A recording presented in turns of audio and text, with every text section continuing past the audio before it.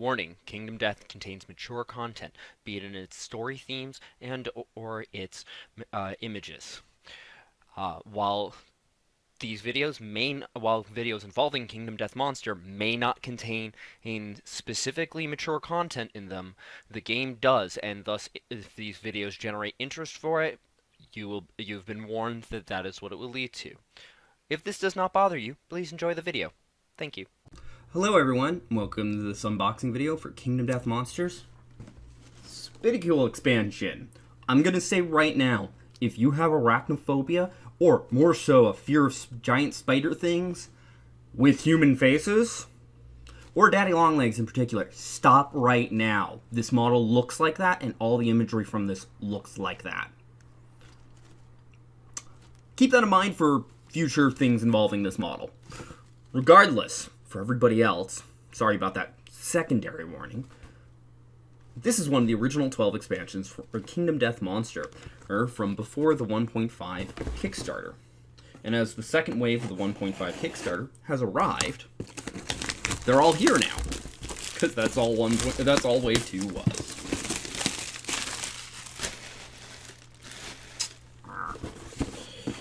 So let's get this opened up. Oh, also, these boxes have a nice little pressed-on label. It's probably just a glued-on piece of paper, but they're put on there decently. I think this is actually the only one that I noticed was crooked. Yep. And I'm probably going to cut them all off and put them somewhere else, because on the inside, it's just a standard cardboard box with styrofoam. Like, this feels like it will collapse under any decent weight. So, the Spidicule, from what I've heard and seen, is one of the most annoying models to construct and transport. The Spidicule is, like I said, basically a daddy longlegs with a giant face for a body. And I'm probably going to magnetize the legs, but one of the reasons it's been screwy is there's been an often mistake with these legs here. You can kind of see them, and a double up on, and there's been a double up on one of them in place of the proper one. Now, Kingdom Death and the Dark Mediator, as their correspondence is referred to, has been very good about replacing them. It's just still annoying regardless. Like, it's not a reason to not buy it. Just be prepared. Although all reports that I've heard of so far, from before getting my own copy, is that the Kickstarter shipments have that fixed so far. And also, I'm not going to open this one. It's a giant mess, just like the Dragon King was. I'm not opening the models, that is. Still opening everything else. So here's standard cards. There better be a... So yeah, the styrofoam's really annoying because I have to actually dig around and everything. Huh. So here's the instruction manual, which they kind of fit into a slit in the back, and there should be some more stuff back there. Oh, yeah, there definitely is. This time it's easy to see. So we've got a location, and other stuff in there that I'll get to.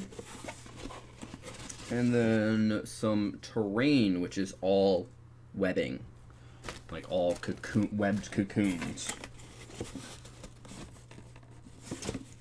That's interesting. I know this one has gear. Ah, there it is. Yeah, finding this in there is a little annoying, because like I was trying to say, I know this one has gear. So, let's start off with the location here. Or continue with the location. I already started with a couple things. Which is the silk mill, making the set itself, sorry. And various little locations, or items. Looks like it's actually got a lot to them, including a couple that require legless ball. I don't know if it's an innovation or something else, or just, hey, you killed a Spidicule, but that's probably how you get the location. His divider cards, two settlement events, one of which called the Season of Spiderlings, and the other one being called Silk Storm.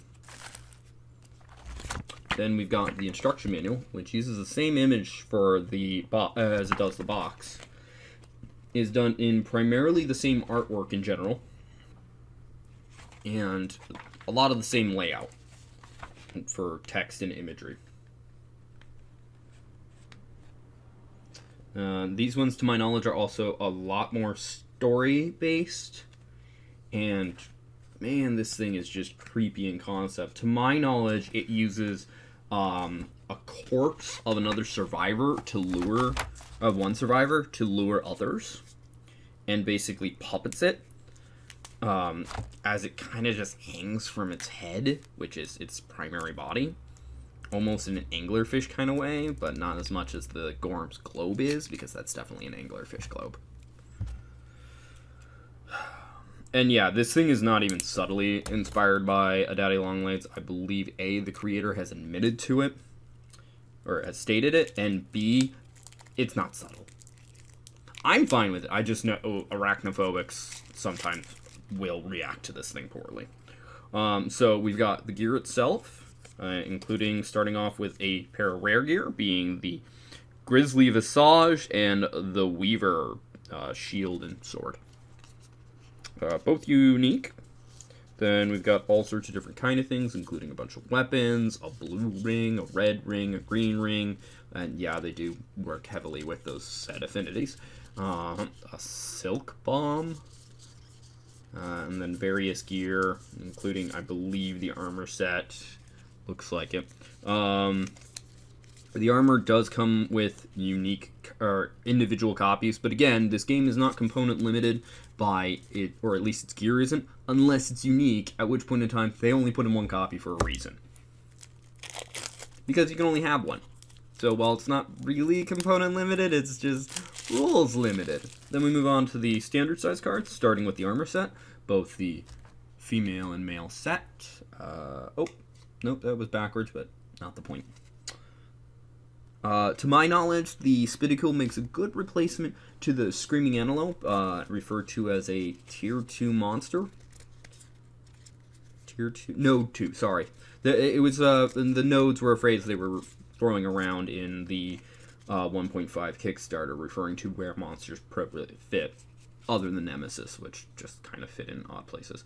Its basic card, a pair of secret fighting arts, a pair of normal fighting arts. Forgot that was black on the back of the bit. The 2 terrain cards describing the punch-out ones. 3 different innovations, one of which is a continuation from Forbidden Dance, and then 2 that come out on their own, including Legless Ball. 3 new derangements, including tiny arachnophobia. This fight does involve fighting smaller spidicules. The AI cards and hit location cards. Hunt events. His basic resources.